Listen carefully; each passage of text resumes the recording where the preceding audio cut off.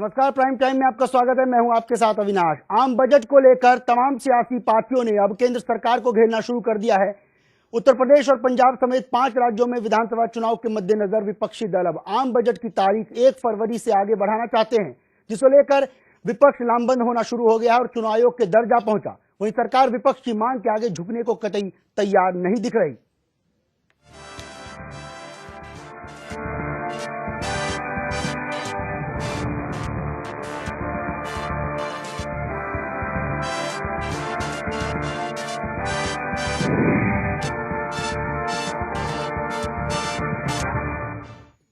तो बजट को लेकर लगातार तकरार जारी है। बजट के मुद्दे पर विपक्ष को झटका लगता दिखाई दे रहा है। सूत्रों के हवाले से यह खबर आई है कि इलेक्शन कमीशन बजट की तारीख को आगे बढ़ाने पर विचार नहीं कर रहा। यह प्रेस कॉन्फ्रेंस के दौरान भी साफ कर दिया गया था। दरअसल बजट केंद्र सरकार के अधीन आता है, इसलिए आयोग इस पर कोई एक्शन कतई नहीं लेगा। आपको बता दें कि पिछली सरकार ने भी विधानसभा चुनाव के मद्देनजर परंपरा से हटकर एक आम बजट 16 मार्च को पेश किया था।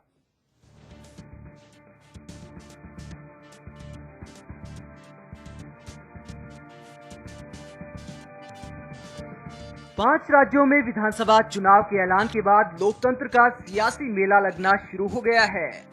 सभी पार्टियां पूरी तैयारी के साथ चुनावी दंगल में कूद गई हैं और दंगल जीतने का दावा कर रही हैं। वहीं दूसरी तरफ केंद्र सरकार 1 फरवरी को बजट पेश करने की तैयारी में है, लेकिन विपक्ष सरकार के इस कदम का पुरजोर विरोध कर रहा है। टीएमसी, डीएमके, आरएलडी और जेडीयू समेत 16 पार्टियों के वरिष्ठ नेता लामबंद होकर चुनाव आयोग के दर पर पहुंचे और ज्ञापन सौंपकर बजट पेश करने पर रोक लगाने की मांग की। विपक्ष का आरोप है कि चुनाव से ठीक 3 दिन पहले केंद्र सरकार बजट में लोक लुभावन वादे कर मतदाताओं को अपनी ओर खींचने की कोशिश कर सकती है, जिससे चुनाव आयोग की निष्पक्ष चुनाव कराने की मंशा पर पानी फिर सकता है। इसलिए बजट को चुनाव से पहले पेश होने पर रोक लगाई जाए। वहीं केंद्र सरकार में सहयोगी शिवसेना ने इस मसले पर विपक्ष के सुर में सुर मिलाया।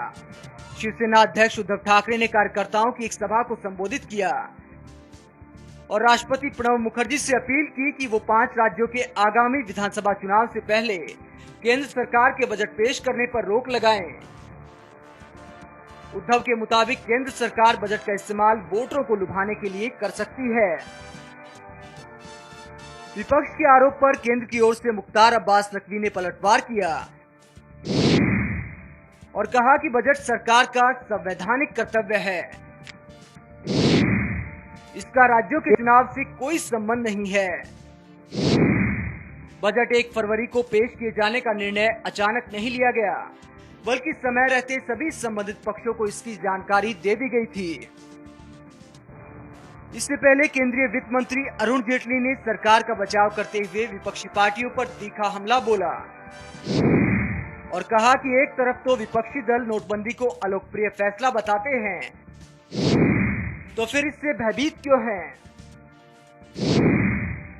दरअसल सरकार मानकर चल रही है कि 31 मार्च तक खर्चों से जुड़े बजट के कुछ हिस्सों को संसद में मंजूर करा लें, ताकि 1 अप्रैल से अपने कर्मचारियों को वेतन देने के साथ तमाम दूसरे खर्चों के लिए पैसा उपलब्ध हो जाए। साथ ही नियम ये भी कहता है कि टैक्स प्रस्तावों से जुड़ा फाइनेंस बिल हर हालत में पेश की गई तारीख से 75 दिनों के भीतर संसद में पारित करना होगा। सरकार के रुख से साफ लग रहा है कि वो विपक्ष की मांगों के हिसाब से बजट कार्यक्रम में फेरबदल नहीं करेगी। फिलहाल चुनाव आयोग विपक्ष की मांग को कितनी गंभीरता से लेता है, ये तो वक्त बताएगा, लेकिन बजट की तारीख ने सर्दी में सियासी पारे को चढ़ा दिया है, जिससे केंद्र सरकार और विपक्षी दलों के बीच तीखी बयानबाजी हो रही है। ओके इंडिया के लिए राकेश चौधरी की रिपोर्ट। तो केंद्र सरकार चाह रही है 1 फरवरी को आम बजट पेश कर दिया जाए। वहीं विपक्षी पार्टियां ये मानकर चल रही है कि इस आम बजट के जरिए वोटरों को लुभावने की कोशिश की जाएगी और इसका वोटिंग पर असर पड़ सकता है। हालांकि आम बजट की तारीख पहले ही तय कर दी गई थी। ऐसे में विपक्षी पार्टियों को चुनाव आयोग की घोषणा के बाद क्यों तकलीफें हो रही है, इस पर भी कहीं न कहीं सियासी खेल, सियासी माजरा है। कुछ मेहमान हमारे साथ स्टूडियो में मौजूद है। सबसे पहले उनसे रूबरू कराते हैं। बीजेपी से हमारे साथ हैं संदीप चौधरी जी। संदीप जी, बहुत बहुत स्वागत है आपका। मुकेश शर्मा जी कांग्रेसी नेता हैं। मुकेश जी, आपका बहुत बहुत स्वागत है। उनके साथ ही रविजोत सिंह जी जो पॉलिटिकल एक्सपर्ट है रवि जोत जी, आपका भी बहुत बहुत स्वागत है। लखनऊ से हमारे साथ चंद्रशेखर पांडे बने हुए समाजवादी पार्टी के नेता। सबसे पहले हम संदीप जी का रुख करते हैं। संदीप जी, आखिर चुनाव आयोग ने जब तारीखों की घोषणा कर दी, आम बजट को लेकर ये विपक्षी पार्टियां आखिर लामबंद क्यों हो रही है? क्या ये सियासी स्टंट है या फिर ऐसा लग रहा है कि आम बजट जानबूझ कर सरकार ने 1 तारीख को करने का ऐलान कर दिया है? क्योंकि हालांकि ये पहले ही तय था, लेकिन अब विपक्ष को ये लग रहा है कि इससे कहीं ना कहीं वोटर प्रभावित होंगे और वोटरों को कहीं ना कहीं फायदा पहुंचाने की कोशिश की जाएगी, क्योंकि बजट में आम लोगों को राहत देने की बात तो पहले भी की जाती थी, अब भी की जाएगी। संदीप जी। देखिए अविनाश जी, हमारे यहाँ एक परसेप्शन बन गया है, कितना भी अच्छा काम कर लो, विपक्ष का अपनी जिम्मेदारी विपक्ष ये समझता है कि हमने तो विरोध करना है। और दूसरी चीज़ मैं आपको बताना चाहता हूँ, ये जो बजट का मैटर है, ये करीब 3 महीने पहले सबको पता था कि भाई फरवरी के फर्स्ट उसमें बजट पेश होगा जी। तो इनके अंदर कहीं ना कहीं ये घबराहट है, क्योंकि सबको पता है, पूरे देशवासियों को पता है कि जो बजट आने वाला है, भारतीय जनता पार्टी 125 करोड़ हिंदुस्तानियों के लिए काम करती है, देश हित में काम करती है। तो वो जो बजट आएगा वो कहीं ना कहीं बहुत अच्छा बजट है और हर आदमी को उससे फायदा होने वाला है। जैसे नोटबंदी के मैटर पे था, ऐसे सारे पार्टियां इकट्ठी होके उसका विरोध कर रही थी। वही स्थिति इन्होंने आज पैदा कर दी है। आप लोग अपील कर सकते थे, हालांकि चुनाव आयोग एक स्वतंत्र अधिकार है उनका, लेकिन एक अपील की जा सकती थी कि चलिए या तो पहले कर लीजिए चुनाव की घोषणा या बाद में कर लीजिए, वेट किया जा सकता था चुनाव के घोषणा में। ऐसा नहीं है अविनाश जी, मैं आपको बताना चाहता हूं, ये संविधान के अंतर्गत हो रहा है। इसमें इसका यूपी चुनाव से या इन 5 राज्यों के चुनाव से इसका कोई संबंध नहीं है। सैद्धांतिक रूप से नहीं, सैद्धांतिक की बात हम भी कर रहे हैं, लेकिन आपको लगता है, मैं आपके नजरिए की बात करता हूं कि भाई विपक्ष एक तरह से लामबंद हो रहा है, उनको लग रहा है, वो आरोप जता रहे हैं कि भाई आप फायदा पहुंचाना चाहते हैं, तो थोड़ा सा चुनाव आयोग से अपील की जा सकती है, क्योंकि वो अलग संस्था है। हम भी इस बात को नहीं नकार रहे कि आगे खिसका लेते, क्योंकि ऐसा कुछ था नहीं कि सरकारों की जो है वो कार्यकाल का समय पूरा हो गया तो एकदम से चुनाव कराए जाने चाहिए थे।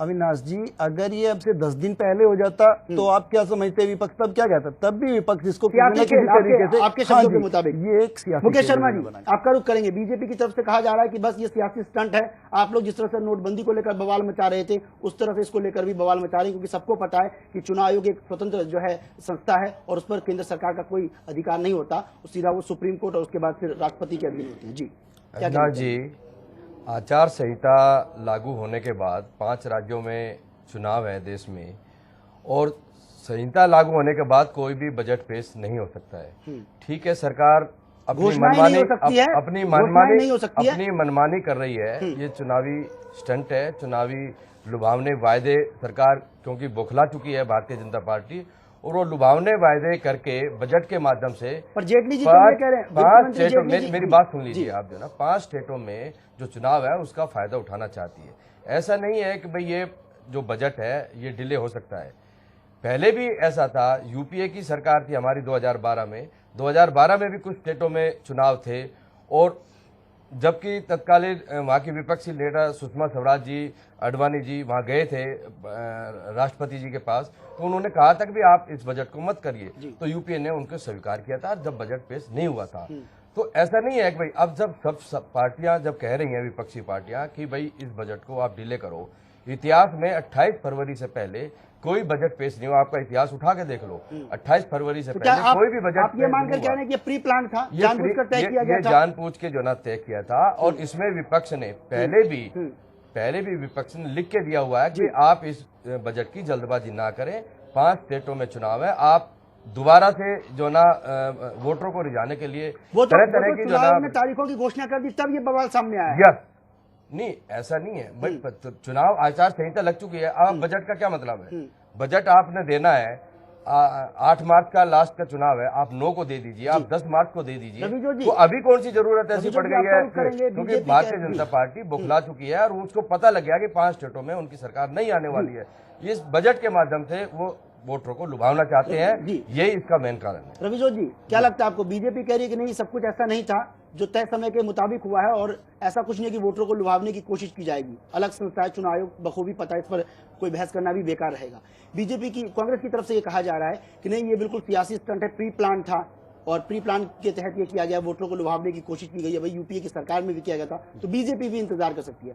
आपका नजरिया, आपका स्टैंड क्या कहता है कि वाकई ऐसा चुनावी स्टंट है या सब कुछ पहले से तय था? या फिर महज इत्तेफाक? ठीक है, अविनाश जी, सबसे पहले आपको और पूरे देश को मैं गुरु गोविंद सिंह जी की 350वीं सालगिरह पे बधाई देना चाहता हूँ। जी शुक्रिया जी। रही बात आपके क्वेश्चन की कि ये बजट के हाँ, में क्या हो रहा है, मुझे एक चीज थोड़ी सी हैरान करती है कि जो बजट फरवरी में पेश होगा, ये आज से शायद 3 महीने पहले, डिमोनेटाइजेशन से पहले ये बीजेपी सरकार इस बात को बोल चुकी थी। तो क्या तब जो ऑपोजिशन है उसको ये नहीं पता था कि ये जो बजट है ये चुनाव के आसपास या चुनाव से पहले हो जाएगा? तो उस दौर से लेकर अब तक वो क्यों चुप बैठे रहे? तो कहीं ना कहीं मुझे लग रहा है कि मुकेश शर्मा जी जो बोल रहे हैं कि बीजेपी बौखला रही है, मुझे लगता है कि इसको ज्यादा तूल दिया जा रहा है ऑपोजिशन की तरफ से भी। जी, 16 पार्टियों ने मुकेश जी बात तो पूरी जी, जो इन्होंने बात बोली कि यूपीए के टाइम पर वो जो 16 मार्च को हुआ था, वो बिल्कुल सही बात है। तो देखिए, कहीं ना कहीं पर बीजेपी की कैलकुलेशन तो ये लगती है, ऐसा नहीं है कि कैलकुलेशन नहीं होगी, क्योंकि ऑफ कोर्स कहीं ना कहीं उनको पता था कि डिमोनेटाइजेशन कब करेंगे, चुनाव कब होगा और बजट हम कब पेश करेंगे। केंद्र में सरकार कहीं ना कहीं उनको पता होगा। ये हाँ, बिल्कुल ये कहना बिल्कुल बेकार की बात होगी कि हाँ महज इत्तेफाक, मेरे को नहीं लगता ये महज इत्तेफाक है। तो कहीं ना कहीं इसके ब्राउनी पॉइंट्स बीजेपी लेना चाहती है। और विपक्ष, देखिए, मैं आज की डेट में एक चीज समझ में नहीं पाता, राज्य के चुनाव हो रहे हैं, बजट जो है वो सेंटर का है, तो विपक्ष इतना घबरा क्यों रहा है? होने दीजिए ना। और अगर आपको इतना अनकॉन्स्टिट्यूशनल लग रहा है तो फिर कोर्ट में भी चुनाव विपक्ष का डर लाजमी है। हाँ, वो डर लगता है कि आगे डिमोनेटाइजेशन पे भी विपक्ष को कुछ मिला नहीं लोगों की तरफ से। इन लोगों ने बहुत कोशिश करी कि लोगों को भड़का दिया जाए, तो अब इनको लगता है कि और ब्राउनी पॉइंट ना ले जाए बीजेपी। तो कहीं ना कहीं विपक्ष का डर भी जो है वो लाजमी है, उसके अंदर कोई दो राय नहीं है। और कहीं ना कहीं जो रही बात की बीजेपी की ये कैलकुलेटिव मूव थी, मुझे लगता है कैलकुलेटिव मूव। चंद्रशेखर पांडे जी का रुख करते हैं लखनऊ का। चंद्रशेखर जी, क्या लगता है आपको कि आप लोग जानबूझकर ये सियासी बवाल मचा रहे हैं? क्योंकि ये तो पहले से तय था, 3 महीने पहले ही तय हो गया था कि कब बजट पेश किया जाना है, उस वक्त कोई बवाल नहीं मचा, आज ये बवाल क्यों? अविनाश जी, जैसा कि हमारे बीजेपी के संदीप जी कह रहे थे, कुछ 3 महीना पहले से है, तो मैं उनको बता देना चाहता हूं कि फरवरी में चुनाव, जनवरी, फरवरी, मार्च, ये चुनाव का पीरियड लगभग ये 1 साल 1.5 साल ये पहले ये तो बनते ही पता था, लेकिन जब से इन्होंने बिहार में इनकी हार हुई है, दिल्ली और बिहार के बाद, देखिए अविनाश जी, मैं एक बड़ा महत्वपूर्ण चीज आपको बताना चाह रहा हूं कि मात्र बीजेपी के पास में 10-15 हजार सांसद नहीं है, सिर्फ उनके पास में 250-300 सांसद हैं, जिनमें से 73 यूपी के हैं, 40 के, मतलब अगर आप देखेंगे तो मोर देन 50%, अप्रॉक्स करीब 60% सांसद उन जगहों के हैं जहां अभी चुनाव है। यानी कि ये जो 5 राज्यों का चुनाव है, ये भारतीय जनता पार्टी का 2/3 सांसदों की परीक्षा के रूप में होने जा रहा है। और इनके सामने सबसे बड़ी समस्या लगातार, मतलब मैं पूरी बात अपना करना चाहूंगा कि ये पहली ऐसी सरकार है 70 साल में, हर सरकार के माथे पे एक आध छोटा मोटा तिलक जरूर लग जाता है, चाहे कोई प्रधानमंत्री 6 महीने का बना हो, और इनको संविधान ने केवल 5 साल के लिए प्रधानमंत्री बनाया, जिसमें से लगभग 3 साल बीत गया। भाई 2017 आ गया, 2-4 महीने में हो जाएगा, और 3 साल में ये शून्य सफलता, मतलब ये पहली सरकार जिसकी खाते में कोई सफलता नहीं है। मैंने सवाल पूछा, आप बीजेपी का बखान करने लगे, आप बीजेपी की पिटाई करने लगे। सवाल मैंने आपसे ये पूछा था कि उस वक्त आप लोगों ने सवाल क्यों नहीं उठाया? सवाल आपसे मैंने ये पूछा था कि उस वक्त क्यों नहीं सवाल उठाया आपने? अब आप लोग सभी इकट्ठे होकर कह रहे हैं कि ये प्री प्लान था। सवाल का अब आप जवाब दीजिए, अब आप जवाब लीजिए। अभी तक बिना इस भूमिका के आपको मेरा सवाल अधूरा रहता, जवाब अधूरा रहता। तो इस पूरे परिप्रेक्ष्य में अपनी बेतहाशा हार और शून्य बिल्कुल जो जीरो पोजीशन को ठीक करने के लिए इन्होंने 2 गेम खेला। सबसे पहले इन्होंने बजट को ये ट्रस्ट किया कि मैक्सिमम तारीख क्या होगी, इनकी एनालिसिस आई कि कौन सी तारीख में चुनाव करा, इस बात की जानकारी किसी को नहीं होती। इस बात की जानकारी किसी को नहीं थी कि चुनाव किस तारीख को होंगे। हर किसी को, हमको, आपको, सबको पता था कि ये जनवरी, फरवरी, मार्च का, ये फरवरी। हाँ, तारीख पता नहीं थी। आपको ये भी तो पता था कि आम बजट कब आएगा? आपको इस बात का भी तो अंदाजा था कि आम बजट कब पेश किया जाएगा? देखिए, मैं ये कह रहा हूं कि अगर आपकी नीयत ठीक है, आपने अगर इसको टारगेट नहीं किया है, आपका चुनाव टारगेट नहीं है, तो बदल दीजिए ना। ऐसी क्या देश में आपदा आ जाएगी, विपदा आ जाएगी, ऐसा क्या हालात खराब हो जाएगा कि अगर ये 8 मार्च के बाद अगर 9 तारीख को प्रेजेंट होता है, तो 1 महीने में देश में कौन सी आपदा आएगा, कौन सा अंतरिक्ष से कोई प्लानिट गिर जाएगा, धरती की त्रिज्या बदल जाएगी, ऐसा क्या होने वाला है? संदीप जी से जवाब ले रहे हैं, संदीप जी से जवाब ले रहे हैं, संदीप जी टाल दे रहे हैं। सपा के नेता कह रहे हैं कि भाई आप लोग इसको टाल क्यों नहीं देते? देखिए, सब कुछ ठीक हो जाएगा जी, टाल देते हैं तो मैं चंद्रशेखर जी को बताना चाहता हूं, जब कोई घबराने वाली बात नहीं है, जब कुछ होने वाला नहीं है, तो सारा विपक्ष इकट्ठा क्यों हो रहा है? किस बात से घबरा रहे हैं? और आपको घबराने की जरूरत है, कैराना के प्लान से घबराने की जरूरत है, बजट से मत घबराइए। क्योंकि ये सोचिए, अगर एक दिन भी हमारे देश के देशवासियों को मिल जाता है, एक दिन में कोई बेनिफिट हो जाता है, तो आप उसको क्यों पीछे ले जाने? आप उसको क्यों मतलब बीजेपी सरकार मतलब जो वोट है वो सारे आपके पक्ष में चले गए। मतलब अविनाश जी, ये बात साफ हो जाती है कि जो विपक्ष है वो हिंदुस्तान के आदमियों का 125 करोड़ लोगों का बेनिफिट नहीं चाहता है, वो उनको लॉस में ले जाना चाहते हैं अपने पर्टिकुलर फायदे के लिए। और दूसरी चीज मैं ये बताना चाहता हूँ सपा वालों को और कांग्रेस वालों को कि बजट से घबराने की जरूरत नहीं है। घबराने की जरूरत आपको इस चीज से है कि जो रामपुर तिराया कांड हुआ, जो इतने उत्तराखंडी आपने वहां पे मुलायम सिंह जी ने काम कर दिया, या जो 1984 में जो कांड हुआ, क्या मुंह लेके जाओगे आप? सज्जन सिंह को लेके जाओगे, कौन से नेता को लेके जाओगे? किस मुंह से वोट मांगोगे? आम बजट को लेकर आप मुद्दों पर ना भटकाएं। विकास की बात मैंने नहीं की, मैंने नहीं पूछा बीजेपी ने कितना विकास किया केंद्र में। नोटबंदी को लेकर जनता आपसे भी नाराज, इसको नकार नहीं सकती। बजट भी हमारा आपको डेवलपमेंट से रिलेटेड। आपको लगता है कि बीजेपी के जो नेता जो आरोप लगा रहे हैं कि नहीं ऐसा कुछ नहीं है, आप लोग बेवजह डर रहे हैं, आप लोगों को विकास नहीं, आपके मुद्दे नहीं है, तो आप इसको मुद्दा बना रहे हैं? अविनाश जी, हमें डरने की बिल्कुल जरूरत नहीं है। हम लोकतांत्रिक तरीके से चलना चाहते हैं और कांग्रेस एक ऐसी पार्टी है जो लोकतांत्रिक तरीके से चलना चाहती है। हमने सिर्फ ये कहा है कि भी आप बजट लाए, ये कौन सी अब इतनी जरूरत पड़ गई थी कि भी आपको 4 तारीख को ही 1 फरवरी को ही चुनाव ये बजट लाना है। पर इसमें ये भी अरुण जेटली जी ये कह रहे हैं, ध्यान रखेंगे कि ऐसे कोई घोषणा ना कर दें जो लोगों को फायदेमंद टाइप का दिखाई दे। शीतकालीन सत्र में माननीय श्री गुलाम नबी आजाद जी ने, हमारे पार्लियामेंट्री जो ना सदस्य हैं, उन्होंने 16 पार्टियों के लेटर पे जो ना रिटर्न में दिया हुआ है कि भाई आप इसको जो ना चुनाव के बाद ही बजट करेंगे जी, लेकिन नहीं मानते क्योंकि ये अड़ियल रवैया है भारतीय जनता पार्टी का। वो किसी की भी मानने वाले नहीं है। उनके जो गठबंधन की जो सरकार है, शिवसेना वाले, उन्होंने भी ये कह दिया कि भाई आप बजट को टालिए। जब उनकी भी ये नहीं मान रहे हैं तो ये और आम लोगों की कैसे मानेंगे? सिर्फ इन्होंने लुभावनी वायदे के लिए ये यूपी का 5 स्टेटों का चुनाव, ये अभी मेरे साथी कह रहे थे कि भाई उनको फायदा देने के लिए ये कर रहे हैं, तो ये फायदा देना कुछ नहीं है। इन्होंने सिर्फ जो 2014 का जो चुनाव था वही मैनिफेस्टो में पास नहीं हुए हैं, वही डेवलपमेंट नहीं हो रही है, तो ये 5 स्टेटों का भी चुनाव ये सिर्फ एक झूठ बोल के सत्ता को हटाना चाहते हैं। इनका कोई मतलब नहीं है इस देश के विकास के लिए। सिर्फ मैं यही बताना चाहता हूं, जब इतने लोग विपक्ष के लोग कह रहे हैं कि भी आप इस बजट को टाल दीजिए, पर यहाँ ये भी तो सवाल उठता है मुकेश जी, आप लोग नोटबंदी के दौरान भी एक साथ हुए थे, वहां भी अलग थलग पड़ गए, उस वक्त भी आप लोगों ने हुंकार अच्छी भरी थी, इसमें कोई दोहरा नहीं है, लेकिन उसके बाद सब मसला शांत हो गया। आज कोई नोटबंदी की बात करके तैयार नहीं है। ये बेशक बजट भी दे दें क्योंकि ये मानने वाले नहीं है, ये अपनी अड़ियल रवैये पे रवैया, ये बहुमत की सरकार है, यहाँ दोनों बात अलग है। ये अड़ियल रवैया है इनका, ये बहुमत की सरकार नहीं, अड़ियल रवैया है, और ये अड़ियल रवैया से ये जो ना बजट करेंगे। और आप देखना, ये 5 स्टेटों की सरकार है, पर जनता समझदार है, जनता इनके विरोध में जो ना जनता बहुत जागरूक हो गई है, वोटर जागरूक हो गया है, लगता नहीं कितना असर पड़ेगा। वोटर जागरूक है और वोटर इनके विपक्ष में जो ना वोट करेगा, क्योंकि वो देख चुके हैं कि भाई इन्होंने कुछ देने वाला नहीं है, इन्होंने सिर्फ वायदे करने हैं। अगर इनको देना होता तो अभी 3 साल की सरकार थी, इनको लोगों को दे दिया होता। लेकिन दिल्ली बिहार में जो इनकी दुर्गति हुई है वो इन 5 स्टेटों में होने वाली है। आप देख रहे हैं, इतिहास गवाह है, जो ये अड़ियल रवैया है इसी को जनता समझ गई है। पर दिल्ली और बिहार में आपके भी कुछ हाथ नहीं लगा, बीजेपी को कह रहे हैं हमें कुछ हाथ नहीं लगा। हमें बढ़ोतरी मिली है, ऐसा नहीं है हमें मित्र नहीं है, हमें यूपी में बढ़ोतरी मिलेगी। 5 स्टेटों में हमारी सरकार बड़ी मजबूती से जो ना वहां लड़ेगी पार्टी, कांग्रेस पार्टी। हाँ, लोकसभा राहुल जी गांधी जी के कंपैरिजन में देखें तो कहीं बढ़त मिली है, लेकिन बहुत कम मामूली। लेकिन मैं आपको बता रहा हूं कि इस बजट पे ये अड़िग रहेंगे और ये अड़ियल रवैये से इसका जो बेनिफिट है वो इनको मिलने वाला नहीं है।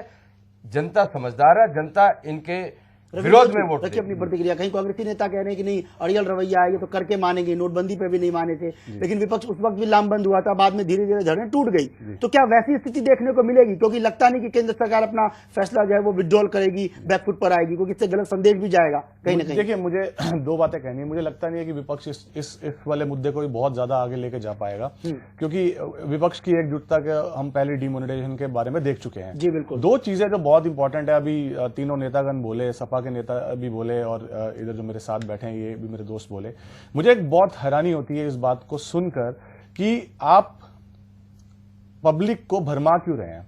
देखिए, चुनाव जो हो रहे हैं वो सेंटर के नहीं हो रहे, चुनाव हो रहे हैं स्टेट्स के। जी। बजट जो है वो आम बजट है, तो वो दोनों अलग अलग चीजें हैं। सबसे पहले तो हमें ये समझना पड़ेगा जी। बीजेपी का जस्टिफिकेशन क्या है बजट का 1 महीने पहले करने का, कि जब फाइनेंशियल ईयर शुरू हो बजट की इंप्लीकेशंस उसके साथ साथ हो जाए, वो 1 महीने का जो लैग आता है वो लैग ना हो। तो उनका जो जस्टिफिकेशन है वो जस्टिफिकेशन बिल्कुल सही है। पर उसमें ये भी तो कर सकते हैं कि जरूरी खर्चे जो है उनको पहले निपटा लिया जाए, घोषणाएं बाद में कर दी जाए। मतलब एक विपक्ष की बात को मान लिया जाए। देखिए ये तो फिर बातें तो बहुत सारी निकलती हैं, बातें जब निकलती तो बहुत सारी निकलती हैं। मेरा जो मेन क्वेश्चन है वो ये है कि इस चीज की घोषणा 3 महीने पहले हुई थी, आपने तब क्यों नहीं शोर मचाया, आप आज क्यों शोर मचा रहे हैं? ठीक है, रही बात दूसरी कि अगर आप दोनों नेता जो है सपा और कांग्रेस के ये हुंकार भर रहे हैं यहाँ पर बैठ के कि बीजेपी चाहे ये बजट पेश भी कर दे हमें कुछ फर्क पड़ने वाला नहीं है, तो उसमें फर्क पड़ने ही नहीं वाला तो फिर आप विरोध कर क्यों रहे हैं? आप चुनाव लड़िए। सपा नेता का रुख करते हैं चंद्रशेखर पांडे जी। साफ तौर से ये कहा जा रहा है जब आपने विकास किया है, क्योंकि सपा के नेता तमाम कहते हैं हमने विकास किया है, आपके वो जो स्लोगन है उसमें भी दिख रहा है विकास किया है, सरकार का नारा भी है विकास किया है, तो फिर ये डर क्यों? आपने विकास किया है, विकास के दम पर जनता से वोट मांगिए, जनता आपको वोट करेगी, चाहे वो बजट लागू हो जाए, आम बजट पेश हो जाए या ना हो जाए, फिर इसको लेकर संशय की स्थिति क्यों है और क्यों जरूरत पड़ी कि आप लोग लामबंद होकर इसके खिलाफ एक तरह से मुहिम छेड़ दी कि नहीं भाई आम बजट को रोकिए, इससे हमारा वोटर प्रभावित होगा। जब आपने काम किया तो फिर डर काहे का? अविनाश जी, बिल्कुल आपने सही बात बोला है और हमारा विकास का ही नारा है। और हमारे यहाँ बोलने पे कम, हमारे यहाँ से बोलने से आप देखते होंगे कि कोई भी मुख्यमंत्री दिन भर में एक बार बोलते हैं और उनके काम दिन भर बोलता है।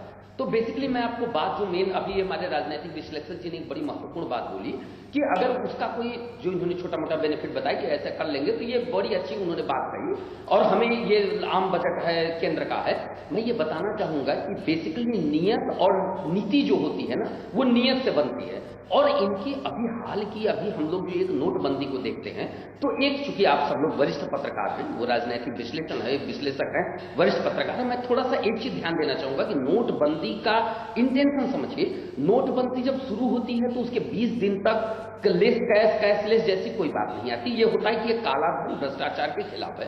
20 से 25 दिन में इनका लगातार फीडबैक था, इन्होंने जान गया कि ये बाउंड हो चुका है, इसका कोई बेनिफिट नहीं मिलने वाला। जैसे आज हम लोग जान रहे हैं कि लगभग पूरी नोटियां हो सकता है जितनी छापा उसमें 10-20 नकली वाली भी लेके आ गई हैं।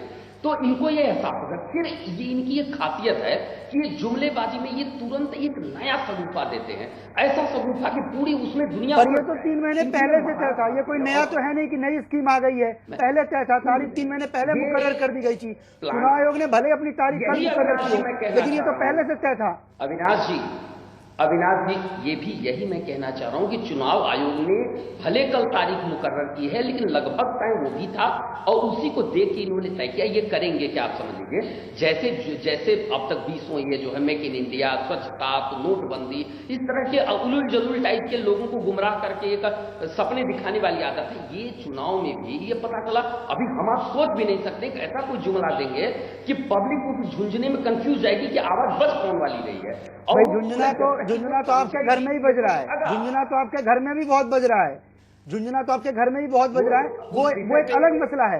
लेकिन जी उस विषय पे अगर आप बात करेंगे तो मैं एक लाइन में बता दूं, मैं उसका जवाब एक लाइन में दे दूं, यद्यपि विषयांतर हो जाएगा वो। हाँ, चलिए दे ही दीजिए जवाब। आज आपके सामने है, आज विधानसभा की विधायकों, विधानमंडल पूरा मतलब एमएलए, एमएलसी, जिला पंचायत अध्यक्ष, जितने हमारे यहाँ तक की सभासद जो है, सबसे जो राजनीतिक सिस्टम में अंतिम सिंबल धारक जिसको बोला जाता है, जो सभासद होता है उसके नीचे कोई सिंबल नहीं मिलता, भले चाहे वो आप समर्थित घोषित कर दीजिए। अंतिम सिंबल धारक से लेकर के सर्वोच्च सिंबल धारक सांसद तक की मीटिंग हो गई। 93% एमएलए एमपी, मतलब 90 से लेकर के 96% के बीच में सारे लोगों ने अपना दे दिया है। वो चैप्टर क्लोज हो चुका है और आपको रात भर में सुबह तक में ये भी हमारा ये भी जो अंतिम सोल्यूशन है नेताजी के साथ इंतजार रहेगा। चलिए, तो क्या लगता है कि ये वाकई प्री प्लानिंग थी? आपके एक शब्दों में कहूँ, एक लाइन में खत्म करूँ इस बात को, तो एक लाइन में कि ये प्लान्ड है और इनसे अब ये झुनझुना बजाने के लिए ये टारगेट लिए हैं, लेकिन इतने झुनझुने इन्होंने बजा लिए हैं कि अब जनता गुमराह नहीं होगी। लेकिन हम ये जरूर जानते हैं कि जनता एक बार जैसे इन्होंने एक 2, 2.5, 3 महीने की और अगला 3 महीना 6 महीने की एक कसरत करवा दी, पूरे एक खंबा गाड़ दिया और बोला कि इसको ऊपर नीचे रविजोत जी आपका रुख करेंगे, ये कह रहे हैं कि प्री प्लान है, सारे नेता आरोप लगा रहे हैं, बीजेपी कह रही है कि नहीं भाई प्री प्लानिंग नहीं था, सपा के नेता आरोप लगा रहे हैं कि नोटबंदी भी प्री प्लानिंग थी, तमाम ऐसी घोषणाएं प्री प्लान थी कि वोटरों को इफेक्ट किया जा सके, उनको प्रभावित किया जा सके, जो तमाम सियासी पार्टियां हैं उस पर रोक लगाई जा सके, जो नोटबंदी के दौरान बहुत कुछ अलग अलग तरीकों से देखने को मिला। लेकिन क्या लगता है चुनाव पर इसका असर पड़ेगा, वोटर प्रभावित होगा? क्योंकि वोटर तो कहता है कि मैं स्मार्ट वोटर हूं, तमाम तरीके के चुनाव आयोग की जो है शुरुआत भी की गई कि वोटर जागरूक हो। ऐसा लगता है कि ये बड़ा इंपैक्ट रहेगा आगामी विधानसभा चुनाव को देखते हुए? जी प्रभावित नहीं होगा वोटर, इसका मैं आपको सीधे 2 आंसर देता हूं। दिल्ली देखिए और बिहार देखिए। अगर वोटर ने प्रभावित होना होता तो दिल्ली बिहार में भी बीजेपी जीत कर आती। देखिए वोटर आज की डेट में स्मार्ट हो चुका है, उसको पता है कि सेंटर में उसको क्या चाहिए, उसको पता है कि उसको स्टेट में क्या चाहिए, उसको पता है कि उसको म्युनिसिपल कॉर्पोरेशन में क्या चाहिए, उसको ये पता है किस काम के लिए मुझे काउंसलर के पास भागना है, किस काम के लिए मेरे काम एमएलए आएगा। और रवि जोशी ये भी हो सकता है कि आम बजट के जरिए कई ऐसी घोषणाएं कर दी जाए, जैसे कि कह रहे हैं कि जुमलों के तहत ऐसी, जैसे अभी पेट्रोल पंप की यदि हम बात करें नोटबंदी के दौरान, कैप्चर यदि आप 500 रुपए का पेट्रोल लेते हैं तो 0.75 यानी 75 पैसे जो है आपको रिबेट मिलता है। अगले जो है 2-3 दिन बाद कीमतों में बढ़ोतरी हो जाती है, तो जनता को उस वक्त जो बढ़ोतरी है, मान लीजिए कोई स्कीम ऐसी दे दी जहां छूट मिलती है, तो आपने अपना जवाब खुद दे दिया ना, आपने अपना जवाब खुद दे दिया। अगर बीजेपी ऐसे करेगी तो जनता तो कैलकुलेटिव है, तो वो तो खुद मुंह की खाएगी। ऐसा भी तो हो सकता है कि घोषणाएं पहले कर दें, बाद में बढ़ोतरी बाद में हो जाए, तो जनता तो वोटिंग के दौरान तो कंफ्यूज होगी कि नहीं भाई बीजेपी ने बहुत आम बजट में हमारे लिए ये कर दिया, जनता को लगेगा नहीं ये सरकार केंद्र में राज्य में भी आ गई तो हमारा और विकास होगा। नहीं, मैं इस बात को बिल्कुल मान के राजी नहीं हूं अभी भी। देखिए बिहार में नरेंद्र मोदी ने कितनी रैलियां की थी और कितने लोग आए थे उन रैलियों में, लेकिन क्या वोट पड़े बीजेपी को? नहीं पड़े। देखिए आपको ये समझना पड़ेगा, स्टेट के मुद्दे अलग होते हैं, सेंटर अलग होता है। रैली में लोग जो आ रहे हैं वो 100% आपका वोट कन्वर्ट होगा, इसकी कोई गारंटी नहीं है। जनता, मैं फिर से बोल रहा हूं, स्मार्ट युग आ चुका है, 2016 में है, घर घर के अंदर में स्मार्टफोन्स हैं, सब लोगों के पास। जी 17 में आ गए, 16 खत्म हो गए, 17 में आ गए, वो अभी 4 दिन हुआ तो आदत नहीं पड़ी, तो 17 में आ गए। स्मार्ट युग है, लोगों को पता है कि सेंटर क्या है, स्टेट क्या है, डिफरेंस सबको सब कुछ पता है। वोटर बहुत समझदार है, वो सुनता सबकी है, करता अपने मन की है। डिमोनिटाइजेशन का और जो भी ये बजट का, बीजेपी अगर ये सोच रही है कि उसको आगामी 5 राज्यों के चुनाव में कोई फायदा मिल जाएगा तो गलत सोच रही है। अगर ऑपोजिशन सोच रही है कि बीजेपी ये सब कुछ करके कुछ फायदा उठा लेगी तो गलत सोच रही है। मुझे लगता है कि इन सब लोगों को इस सब से आगे उठकर अपनी रणनीति के ऊपर में काम करना चाहिए, और वो रणनीति होनी चाहिए स्टेट, ना कि आप सेंटर की बात करें। चलिए, जानकारों का ये मानना है कि ये महज सियासी स्टंट नहीं है, बल्कि उनके पास मुद्दों की कमी है, इसलिए विपक्ष कहीं ना कहीं बेवजह इस मुद्दे को टटोलने में लगा हुआ है। विपक्ष चाहे इस मुद्दे को कैश करा लिया जाए, लेकिन इसका कितना असर होगा, यहां पर एक छोटे से ब्रेक के लिए रुकते हैं। ब्रेक के बाद इस चर्चा को बदस्तूर आगे बढ़ाएंगे। छोटा सा ब्रेक, फौरन लौटेंगे।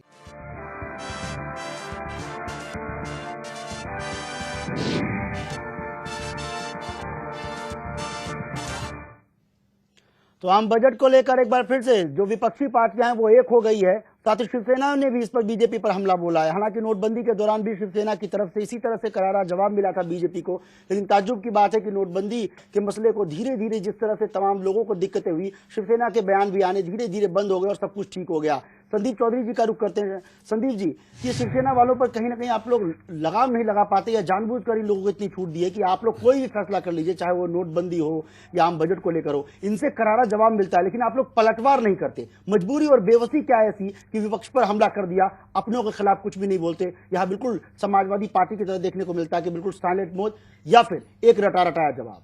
नहीं अविनाश जी, इसका मैं आपको बताता हूँ। सबको आज़ादी है अपना विचार रखने की, अपनी भावनाएं व्यक्त करने की, और भारतीय जनता पार्टी केवल देश हित में और देश के लिए काम करने, केवल जो भी फैसले देश हित तो नहीं हो सकता। या तो लगता है कि वर्चस्व इतना ज्यादा है, ये राष्ट्रीय पार्टी के प्रवक्ता भी उनके खिलाफ बोलने से गुरेज करते हैं। जी मैं ये कहना चाहता हूँ, जो नोटबंदी का फैसला था, किसने उसका विरोध किया, किसने उसके पक्ष में बोला, आप बता सकते हैं? वो देश हित में लिया गया फैसला था। रविजोत जी, मुझे लगता है आप इसका बेहतर जवाब दे पाएंगे। लगता है कि वर्चस्व शिवसेना का इतना है कि बीजेपी वाले वहां चुप्पी साध लेते हैं, इनके प्रवक्ता भी नकारते हैं, संदीप जी भी नकार रहे हैं। नहीं देखिए, संदीप जी की मजबूरी मैं समझ सकता हूँ, इस पे वो खुल के जवाब नहीं दे पाएंगे। तो मैं बोलता हूँ कि शिवसेना का जो फॉल आउट है बीजेपी से, वो अब जग जा ही रहा है। देखिए बीजेपी महाराष्ट्र में इस टाइम गवर्नमेंट है, उस टाइम पर क्या हुआ था वो भी सबको पता है। तो शिवसेना गठबंधन में तो है, लेकिन सिर्फ नाम के लिए है, और मुझे लगता है कहीं ना कहीं एनडीए के अंदर में शिवसेना इरेलेवेंट होती जा रही है, और बीजेपी को ये पता है, शिवसेना को भी पता है। तो बीजेपी काफी अच्छी स्ट्रेटेजी शिवसेना के ऊपर अपना के रखी हुई है कि वो कुछ बोलते ही नहीं उस पर,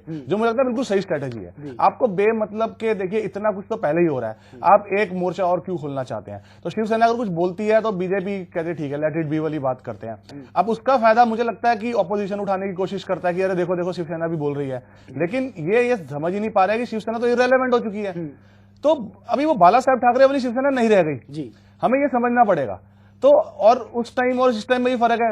तो लोगों का जो अभी वो मराठी मानूस वाला जो मुद्दा उठता है बार में, लोग उस चीज से आगे निकल चुके हैं कि ठीक है यार, कोई महाराष्ट्र सिर्फ मराठों के लिए नहीं है, और जो पंजाब है सिर्फ पंजाबियों के नहीं है, बिहार जो है सिर्फ बिहारियों के लिए नहीं है, पूरा कंट्री जो है वो इस देशवासियों के लिए है। तो देखिए शिवसेना की जो बात है मेरे को लगता है वो इररिलेवेंट है, और शिवसेना जो है वो मतलब वो खिसियानी बिल्ली खंबा नोचे वाला हिसाब है उनका, मुझे तो ये लगता था। जी चंद्रशेखर पांडे जी, आपका रुख करते हैं, जब बीजेपी के अपने लोग ही बगावत पर उतरते हैं, जैसा कि आपकी पार्टी में भी हो रहा था, हालांकि कुछ देर पहले आपने कहा कि सब कुछ ठीक हो गया, हम भी मान लेते हैं, प्रदेश की जनता ने भी मान लिया, लेकिन जब उनके ही अपने खिलाफ हो रहे हैं, ऐसे में आप लोग भी खिलाफ हो रहे हैं। लेकिन सवाल फिर वही उठता है कि जब आप लोगों ने इतना काम किया है, आप लोग भी बोल रहे हैं कि हम काम किया, परिवार में भी सब कुछ ठीक हो गया है, तो इससे खुद को अलग क्यों नहीं कर लेते? नोटबंदी के दौरान भी आप लोगों ने जो है बैकफुट पर आ गए थे, विड्रॉल कर लिया था। अब भी मान लीजिए कि चलिए आम बजट यदि पेश हो भी जाता है तो आप लोगों को क्या ज्यादा नुकसान हो जाएगा? क्योंकि जब यदि वोटर आपके अपने राज्य में आपकी सरकार है, आप लोगों ने काम किया है, 4.5 साल 5 साल तकरीबन काम किया है, तो फिर डर तो होना ही नहीं चाहिए। बिल्कुल नहीं अविनाश जी, एक पैसे का कहीं कोई डर नहीं है, और एक कुछ भी घोषणा कर ले उससे हमारी उत्तर प्रदेश की जनता के ऊपर कोई असर नहीं पड़ता, क्योंकि हमारी जो उत्तर प्रदेश की जनता है उसने प्रैक्टिकली देखा है कि एक लगातार उसके हर गांव में जो हमारा विकास कार्य है वो सिर्फ ऐसा नहीं कि एक्सप्रेस वे ये वो जो बड़े बड़े केवल मेट्रो हम बात कर रहे हैं, हम ये कोई ऐसा हर 4 घर है तो हर चौथा घर जो है वो आज की डेट में लोहिया गांव के नाम पे हमने कच्चे को पक्का कर दिया है हर गांव में। ये इस स्तर पे हम लोग ग्राउंड लेवल पे काम कर चुके, तो हमको कोई डर नहीं है, पहली चीज। दूसरी चीज जो आपने बताया कि नोटबंदी का इशू, तो नोटबंदी में आप बता दूं कि हमारा पहले दिन ये स्टैंड था मुख्यमंत्री का कि नोटबंदी के हम खिलाफ नहीं है, हमें सिर्फ इस चीज से आपत्ति थी कि आपने नोटबंदी को सिस्टमैटिकली पहले आप चलिए माना कि आप नोट छापते थे, कोई आपके बयानों में माफी चाहूंगा, आपके बयानों में यहाँ विरोधाभास है, मैं क्लियर कर देता हूँ। मुलायम सिंह यादव ने बयान दिया था कि हम इसको कतई प्रदेश में नहीं चलने देंगे, पुराने नोट चलाएंगे, लेकिन जब विपक्ष में कहीं ना कहीं लामबंदी के बाद टूट फूट हुई तो आप लोग बैकफुट पर आ गए, फिर आप लोगों ने ये बयान देना शुरू किया कि हम लोग नहीं माफी चाहूंगा, तमाम आप चाहे वो यूट्यूब में देख लें, अखबारों की कटिंग में देख लें, हर जगह ये है। मुलायम सिंह यादव ने फिर कहा कि हम लोग दरअसल मेरे बयानों का गलत मतलब निकाला गया, बैकफुट पर आप गए, आप लोगों ने ऐसा कोई बयान नहीं दिया था, उस वक्त आप लोग विरोधी थे, विरोध कर रहे थे उसका, बाद में आप लोगों ने विड्रॉल कर लिया है। अविनाश जी मुख्यमंत्री जी का जो पहला इस पूरी एपिसोड में मैं स्वयं था, और हमारे जो प्रबुद्ध सभा के माननीय प्रदेश अध्यक्ष जी हैं उन्होंने सबसे पहला पार्टी की तरफ से बयान देने वाले व्यक्ति हैं, और आपके चैनल के भी लोग थे, और वो हमारे यहाँ पे ये कार्यक्रम ये होटल में यहीं पे लखनऊ में हो रहा था, उन्होंने भी कहा था। दूसरा बयान थोड़े मुख्यमंत्री जी का गया था, मुख्यमंत्री जी ने इस पूरे एपिसोड का स्पष्ट कहा था कि अगर ये काले धन भ्रष्टाचार के खिलाफ है तो मैं प्रथम व्यक्ति हूं स्वागत करने वाला, परंतु ये उन्होंने एक चीज लाइन जोड़ी थी कि इस चीज को ये ध्यान रखा जाए कि ये काले धन और भ्रष्टाचार का हमें बताया जाए कैसे निकलेगा। और आगे आप लगातार बयान में हमारी जो पार्टी का स्पष्ट राय थी, स्पेशली मुख्यमंत्री जी की मैं बात करता हूँ, बाय राय हर अलग अलग राय कई किसी की हो सकती है, नहीं अलग अलग कैसे सपा सुप्रीमो तो आपके लिए सब कुछ है, फिर आज उनकी राय अलग अलग कैसे, उसको नकार नहीं सकते आप। आज भले ही पार्टी में बदलाव हो गया हो, लेकिन एक वक्त था जब सपा सुप्रीमो की चलती थी, आगे भी शायद उनकी देखने को मिलेगी, आज भले वो बैकफुट पर आ गए हो, इसको नकार नहीं सकते। उन्होंने इसका स्पष्टीकरण दे दिया कि मेरी बात का गलत अर्थ निकाल लिया गया, मैं ये नहीं कहना चाह रहा था। उन्होंने तुरंत हमें लग रहा है कि हार्डली बयान चलने के तुरंत बाद उनका स्पष्टीकरण आ गया, 2 दिन बाद आया था। इन चीजों के छोटे परिपेक्ष 2 दिन बाद लेकिन आ गया था, ठीक है। मैं मेन परिपथ जिसमें कहना चाह रहा था कि मेरी पार्टी का विंग क्या था कि ये जो आपने ये जो बाद में किया, पहले आप साल भर पहले वैसे भी आप कुछ भी कर लेते, आप ये ला देते, बैंकों के बाहर एक पट लगा देते, गांव गांव में मोबाइल देते, या हमारी सरकार इतना लैपटॉप बांट रही थी, थोड़ा सा आप भी मोबाइल बांट देते, तब आप ये करते, कुछ तो थोड़ी 10-5% की भी तैयारी है। आप लोगों ने लैपटॉप बांटा, उस पर भी कहीं ना कहीं घपला हो गया, वहां भी कई लोगों के लैपटॉप खुलते, समाजवादी पार्टी का बखान चल पड़ता है, नारा चल पड़ता है।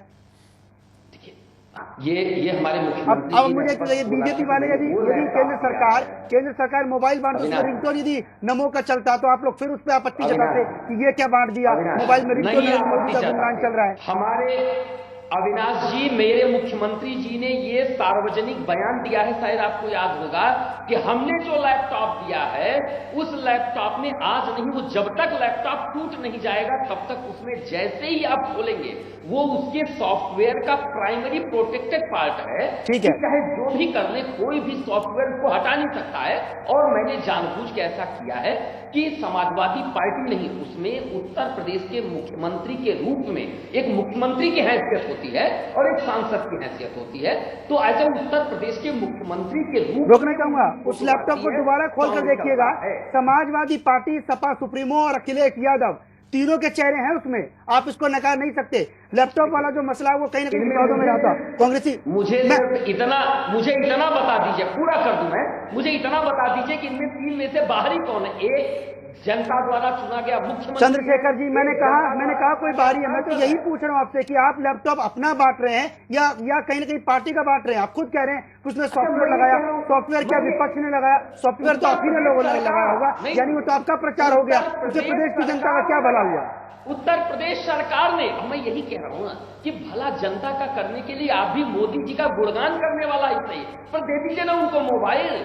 हम कह तो रहे हैं, आप ही लोग सवाल उठा देते, आप ही लोग सवाल उठाते। मुकेश शर्मा जी, आपका रुख करते हैं, हो गया। मुकेश शर्मा जी, आपसे जानना चाहेंगे, वो कह रहे हैं कि भाई हमने लैपटॉप बांटे, चलिए विकास का मुद्दा है, मसला अलग है, कह रहा बीजेपी भी बांट देती, फिर आप लोग आरोप लगाते, वो एक अलग मसला है। इसके इतर जो यहाँ जो ये भय कहीं ना कहीं निकलकर सामने आ रहा है कि भाई आम बजट में आप लोगों को लगता है क्या ऐसी घोषणाएं लगता है आपको कि हो जाएंगी जिससे कहीं ना कहीं जो सियासी माहौल है वो पूरी तरह से पलट कर रह जाएगा, जबकि वोटर जागरूक है, वोटर को समझ में आ गया है। वो 15 लाख वाली बात हो या नोटबंदी वाली बात हो, लोगों को दिक्कतें हुई तो लोगों ने अपनी राय भी रखी, पता भी लग गया कि अब कोई 15 लाख नहीं आने, हम और आप पहले ही इंतजार करते रहे 5 साल, वो 15 लाख नहीं आएगा। वोटर समझ गया, वोटर समझदार है, फिर डर किस बात का? आप लोग अपने मुद्दे रखिए, ये बेवजह इस मुद्दे को तूल देने में तुले हुए हैं बजट को लेकर। अविनाश जी, बेतुका तूल नहीं है ये, सभी पार्टियों का ये एक विवरण है कि सब लोग जो ना कह रहे हैं कि ये जो बजट है ये इस टाइम पे नहीं होना चाहिए। कांग्रेस पार्टी ने, उपाध्यक्ष हैं राहुल गांधी जी, उन्होंने प्रधानमंत्री जी से नरेंद्र मोदी जी से कई सवाल पूछ रखे हैं, लेकिन आज तक उन्होंने एक भी सवाल का जवाब नरेंद्र मोदी जी ने राहुल जी को नहीं दिया है। और इस बार का बड़ा भारी रोष कांग्रेस पार्टी में है कि वो क्यों नहीं जो ना जवाब दे पा रहे हैं, और उसका जवाब उत्तर प्रदेश में लोग देंगे। 5 स्टेटों में उनको ये जवाब मिलेगा। बजट से ये अड़ियल रवैया है इनका, ये बजट करेंगे क्योंकि इस अड़ियल रवैये से आज प्रधानमंत्री जी जो अड़ियल रवैये में लगे हुए हैं, इसपे हर जनता जानती है कि भाई इसका जो रवैया है ये एक चुनाव को लुभावने वाला अब ये बजट पेश करेंगे। मैनिफेस्टो में जो इन्होंने लोकसभा में वायदे किए थे वो तो आज तक पास हुए नहीं है, वो उनके विकास हुआ नहीं है।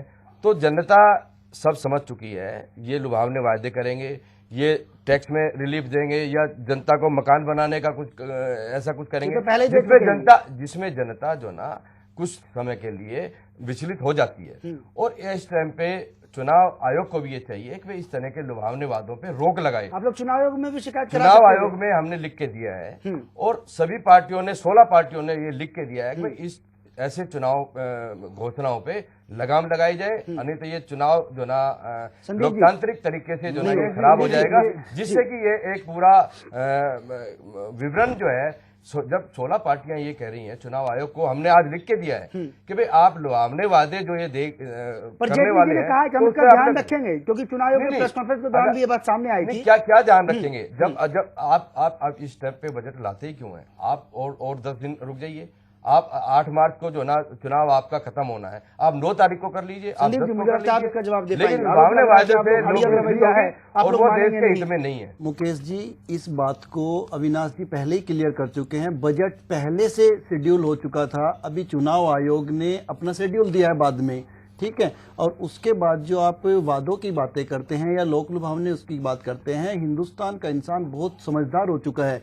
आज आपको पता है पिछले 60-70 साल से जब से हमारा देश आज़ाद हुआ है, कांग्रेस की मोस्टली सरकार रही है।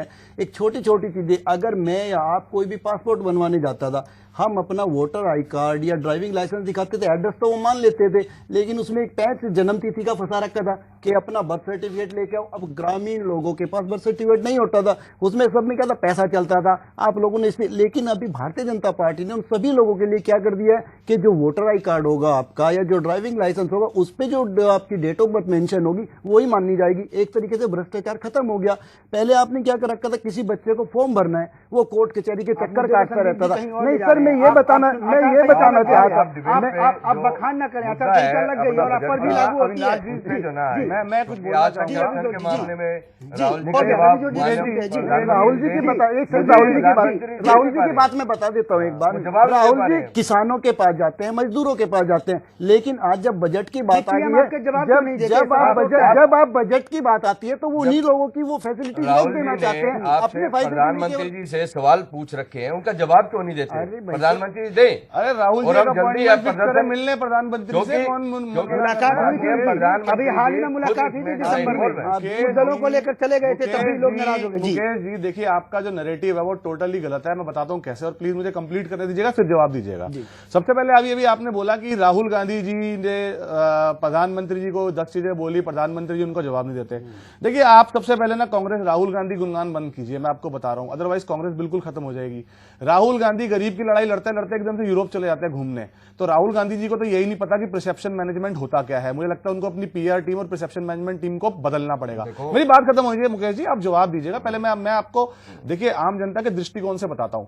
मेरे लिए एक बंदा बोल रहा है कि मैं तुम्हारे लिए लड़ाई लड़ रहा हूं और अगले दिन वो यूरोप चला जाता, तो मुझे लग रहा है यार ये पखंडी इंसान है। तो आप देखिए इस बात को समझिएगा, राहुल जी तक ये बात पहुंचा दीजिएगा, अगर उनके पास नहीं पहुंचेगी। रुक जाइए, अभी आपने क्या बोला, सुनिए मेरी बात सुन लीजिए। हाँ जी बोलिए। आप जो ना राहुल जी पे इस तरह का जो ना वो लगा रहे हैं, ये गलत है। गलत नहीं है, आप विश्लेषक हैं। हाँ, हर आदमी विश्लेषक के तौर पे पूछ रहा हूँ। वो यूरोप जाए, कहाँ जाए, उन्होंने ट्वीट कर गए हैं, उन्होंने ट्वीट कर गए हैं कि भैया मैं जा रहा हूँ घूमने यूरोप। ये बजट का मामला है। आप राहुल गांधी अलग अलग किसानों के मामले में प्रधानमंत्री जी से मिले, किसानों की जो आवाज पूरे हिंदुस्तान में अगर राहुल जी ने उठाई है, अगर लाए गरीबों की आवाज राहुल गांधी जी ने उठाई है। आप क्या बात कर रहे हैं? राहुल गांधी भटक रहा है, राहुल गांधी देश सुरक्षित है। राहुल गांधी जी गरीबों की आवाज उठाते हैं, राहुल गांधी किसानों की आवाज उठाते हैं। डिबेट को राहुल गांधी तक सीमित नहीं रखना चाहता। मेरी बात सुन लीजिए, बजट पे अनुभवी नहीं है तो आपको ये बात बोलनी नहीं चाहिए। अरे मेरे भैया, आप मेरे अनुभव पे क्वेश्चन मत कीजिए। चलिए लड़ाई का मैदान मत बनाइए, लड़ाई का मैदान मत बनाइए, माफी चाहूंगा, लड़ाई का मुद्दा मत बनाइए। देखिए मुझे फिर कार्यक्रम बीच में रोकना होगा। आपको सख्त हिदायत है, लड़ाई का मुद्दा मत बनाइए, अपनी प्रतिक्रिया रखिए। बात बजट की कर रहे हैं, किसी की निजता पर प्रहार करने का हमारा कोई मकसद नहीं है। रविजोत जी, मुकेश जी, मैं आपको उस पर वापस आता हूँ। अभी आपने क्या बोला, आपने अपने को खुद कॉन्ट्राडिक्ट किया इसी प्रोग्राम के अंदर में। पहले आप बोल रहे थे कि बीजेपी जो मर्जी वादे कर ले, लुभावने वादे कर ले, हमें कुछ फर्क नहीं पड़ेगा, हम जीतेंगे। अभी आपने क्या बोला, चाहे आप घर जाके फिर से इस टेप को देख लीजिएगा। आपने बोला कि जनता जो है संशय में आ जाती है और संशय में आकर वो हो सकता है कि बीजेपी को वोट दे दे। तो जब आप खुद ही अपने को कॉन्ट्राडिक्ट कर रहे हैं, आप मेरे अनुभव का आप देखिए ना, जुबान फिसल गई, अभी भी ये कह रहे हैं। मेरी बात सुनो, देखिए कहने का मतलब ये है कि जब बजट में 16 पार्टियां ये कह रही है बजट अब नहीं आना चाहिए, तो उसके बाद आप बजट पे क्यों अड़ी है? चुनाव आयोग का आप लोगों ने शिकायत की है, चुनाव आयोग को शिकायत करी है, इस्तेमाल करेगा, लेकिन आपका अडियल रवैया है, आप अपने अडियल रवैये पे कायम रहेंगे। मुकेश जी देखिए, चुनाव आयोग की भी एक आचार संहिता है, बखूबी आप लोगों को पता होगा। यदि आचार संहिता के खिलाफ कहीं लगेगा तो चुनाव आयोग उसको रोकेगा भी, और चुनाव आयोग के अधिकार क्षेत्र में भी आता है। यदि आम बजट पेश हो गया, कुछ यदि इसमें ऐसी बातें आई, फिलहाल आप लोगों ने शिकायत की है, चुनाव आयोग ने लाजमी वक्त मांगा है आपसे, तो वेट कर सकते हैं। साथ ही हम रुक करेंगे चंद्रशेखर पांडे जी का। चंद्रशेखर जी, तमाम सियासी दल अपनी अपनी वाहवाही बताने में जुटी हुई है। कांग्रेस कह रही है कि नहीं, जो है बीजेपी अड़ियल है, बीजेपी करके नहीं मानेगी, हम अपने वोट बैंक के को लेकर जो है बिल्कुल आश्वस्त हैं, लोग हमें वोट देंगे। या कई बार ये भी लगता है कि हो सकता है कुछ ऐसे लुभावने घोषणाएं कर दी जाए जो वोटिंग है वो पक्ष और विपक्ष में यानी कि कहीं ना कहीं अदला बदली हो सकती है। समाजवादी पार्टी की भी धुरी की बात करें, आप आप लोग कह रहे हैं विकास किया है, तमाम तरीके के वादे आप कर रहे हैं, आपको लगता है कि यदि बजट में कुछ ऐसी घोषणाएं हो गई तो आपके वोटर प्रभावित होंगे? आपको लगता है ऐसा? हाँ या ना में जवाब दीजिएगा, फिर दूसरा सवाल लेंगे आपसे। बिल्कुल नहीं, बिल्कुल नहीं। पूरा कर दूं मैं आपकी बात को, इसलिए नहीं कि हमें अपने काम पे, हमारा काम आज की डेट में बोल रहा है, हमें पूरा अपने काम पे भरोसा है।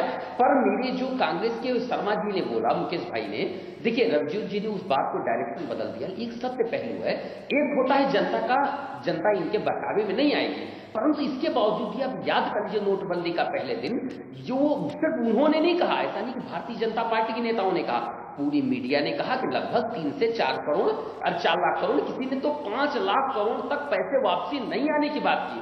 और मैं आपको बता दूं कि नेशनल चैनल में कम से कम 10 नेशनल चैनलों ने उसका एनालिसिस दे दिया कि 5 लाख करोड़ जो नहीं आएगा उससे क्या क्या हो जाएगा। उस 5 लाख करोड़ में लगभग 5-7 साल के लिए इनकम टैक्स खत्म हो गए थे।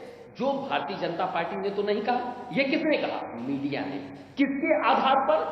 जो बीजेपी के लोगों ने एक आकलन दिया कि लगभग 30% 5 लाख करोड़ नहीं आएगा, वो भी ठीक है। अगर 5 लाख करोड़ नहीं आएगा तो सचमुच में करीब 30,000 किलोमीटर रोडें बन जाती, 5 साल तक टैक्स नहीं लगता।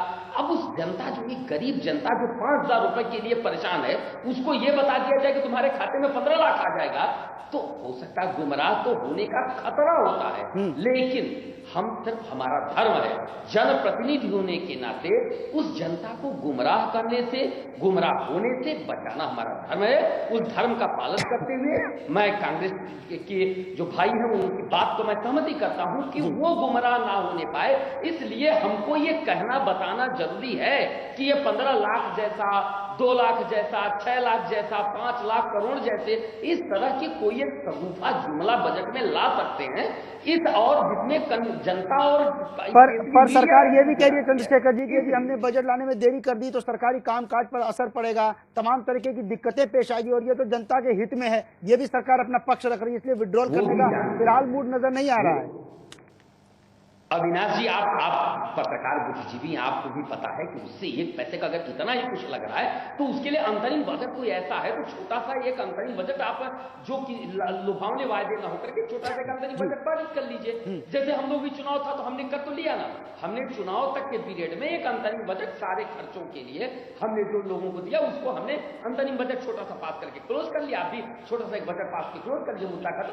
संदीप जी से राय लेते हैं जी। चाह रहे फिर आप 15 लाख संदीप जी, वो कह रहे कि अंतरिम बजट पेश कर दीजिए, तमाम खर्चों को सीमित कर दीजिए, एक रास्ता निकल सकता है। देखिए, एक नेता होने के नाते, एक आम नजरों में देखा जाए तो इस पर बात बन सकती है, आप लोग इस बात को उठाएंगे कि इस तरह से कुछ कर लिया जाए ताकि जो विपक्ष के आरोप हैं उस पर भी कहीं ना कहीं सहमति बन जाए कि नहीं भाई ठीक है, बीजेपी ने रास्ता निकाल दिया, क्योंकि आप लोग तो चाहेंगे कि चुनाव में निष्पक्ष होकर जाए। बिल्कुल अविनाश जी, चुनाव में निष्पक्ष होकर जाएंगे। और आप मुझे ये बताइए कि जो बजट हो रहा है, सरकार जनता के लिए काम कर रही है या विपक्ष के लिए काम कर रही है? सरकार को विपक्ष के लिए काम करना चाहिए, विपक्ष को उस करने के लिए काम करना चाहिए। जो 125 करोड़ लोगों ने भारत सरकार बनाई है उनके लिए काम करना चाहिए।